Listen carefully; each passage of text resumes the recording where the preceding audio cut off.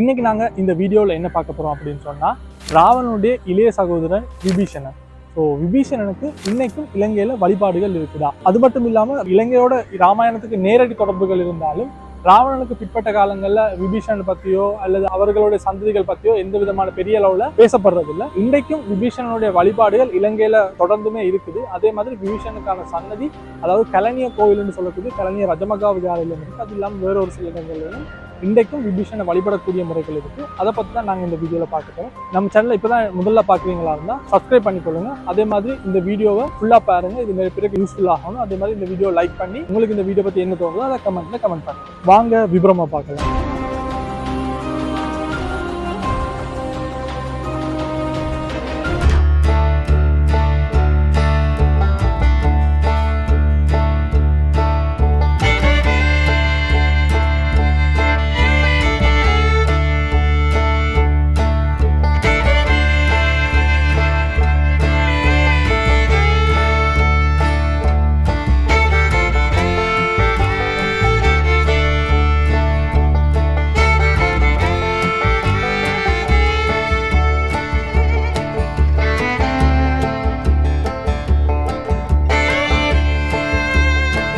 விபீஷணன் அப்படின்றது ஒரு சமஸ்கிருத சொல். அது மட்டும் இல்லாமல் இலங்கைக்கும் ராமாயணத்துக்கும் இடையிலான தொடர்புகளில் கலனியவும் ஒரு முக்கியமான இடமாகவும் இருக்கு. இதிகாச ராமாயணத்துக்கும் இலங்கைக்கும் இடையிலான நேரடி தொடர்புகள் நிறையவே இருக்குது.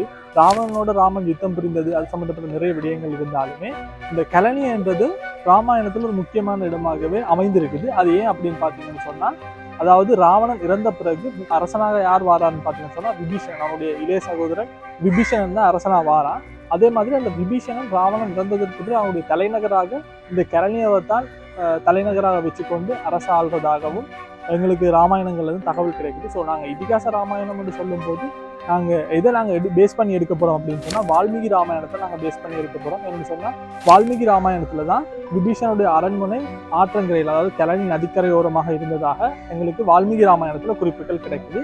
ஸோ அது எங்கேன்னு சொன்னால் இன்றைக்கும் இருக்கிற அந்த கலனி நதியை தான் வால்மீகி ராமாயணத்தில் எங்களுக்கு குறிப்புகள் மூலமாக அறியக்கூடியதாக இருக்குது. ஸோ விபீஷணன் யாருன்னு பார்த்தோம்னு சொன்னால் அவர் ராவணனுடைய இளைய சகோதரன். அதே மாதிரி விஸ்ரவ் என்ற ஒரு முனிவருக்கும் கைகேஷி என்ற அரக்கிக்கும் பிறந்த பிள்ளைகள் தான் ராவணன், விபீஷணன், கும்பகர்ணன், சூர்பனகை என்ற இந்த 4 பிள்ளைகள்.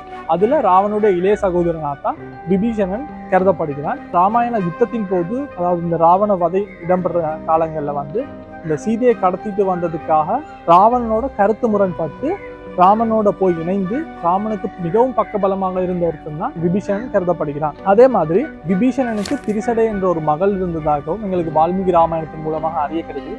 இன்றைக்கு இந்த சீதா எலியை என்று சொல்லப்பட்ட இந்த அசோகவனத்துல சீதையை ராவணன் கவர்ந்து வந்து வைத்திருந்த நேரத்துல அசோகவனத்துல சீதைக்கு தோழியாக திரிசடை என்ற விபீஷணன் மகள் தான் சீதைக்கு தோழியாக இருந்ததாகவும் எங்களுக்கு வால்மீகி ராமாயணத்தால அறிய கிடைக்குது. அதே மாதிரி ராமாயணத்துல ராமன் தன்னுடைய அயோத்தியின் ஆட்சி காலம் முடிகிற காலத்துல ராமன் தன்னுடைய விஷ்ணு வடிவத்தை எடுத்து விபீஷணனுக்கு தன்னுடைய அவதாரத்தை காட்டியதாகவும், அதே மாதிரி ராமன் விபீஷணனுக்கு சொல்றாரு, நீ இங்க பூலோகத்துல இருந்து மக்களை நீதியும் அறவழியிலையும் செல்றதுக்கு நீ உதவியாக இருக்கணும் அப்படின்னு சொல்லி அவனை சிரஞ்சீவியாக வாழணும் என்றும் வாழ்த்து செல்றதாகவும், அவனும் சிரஞ்சீவிகளில் ஒருத்தனாக விபீஷணனும் போற்றப்படுகிறான்.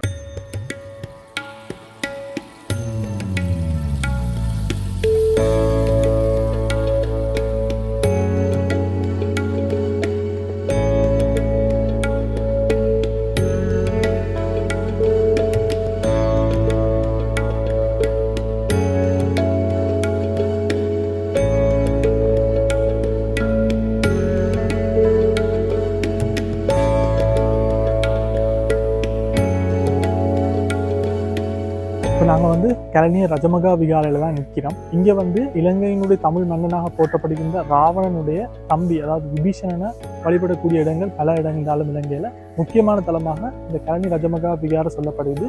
ஸோ இந்த கலனி ரஜமகா விகாரையில் பார்த்தீங்கன்னு சொன்னால் விபீஷணனை வழிபடக்கூடிய மாதிரியான சந்நிதி இருக்குது. அதே மாதிரி விபீஷணனுக்கு முடிசூடக்கூடிய மாதிரியான எங்களுக்கு ஒரு திருவுருவச் சிலையும் கிடைச்சிருக்குது. கலனி ரஜமகா விகாரைக்கு வந்தீங்கன்னு சொன்னால் இந்த இதில் சுற்று வட்டாரங்களில் பதிக்கப்பட்டிருக்கிறத நீங்கள் பார்க்கக்கூடியதாக இருக்கும். ஸோ விபீஷணனுடைய வரலாறு, அவன் யார், என்ன மாதிரியான விஷயங்களை நாங்கள் பார்த்துருக்கிறோம். ஸோ இன்றைக்குமே ஒரு குறைந்தளவு பௌத்த மக்களால், சிங்கள பௌத்த மக்களால் விபீஷணனை வழிபடக்கூடிய முறை இன்றைக்குமே இருக்கக்கூடியதை நாங்கள் காணக்கூடியதாக இருக்குது.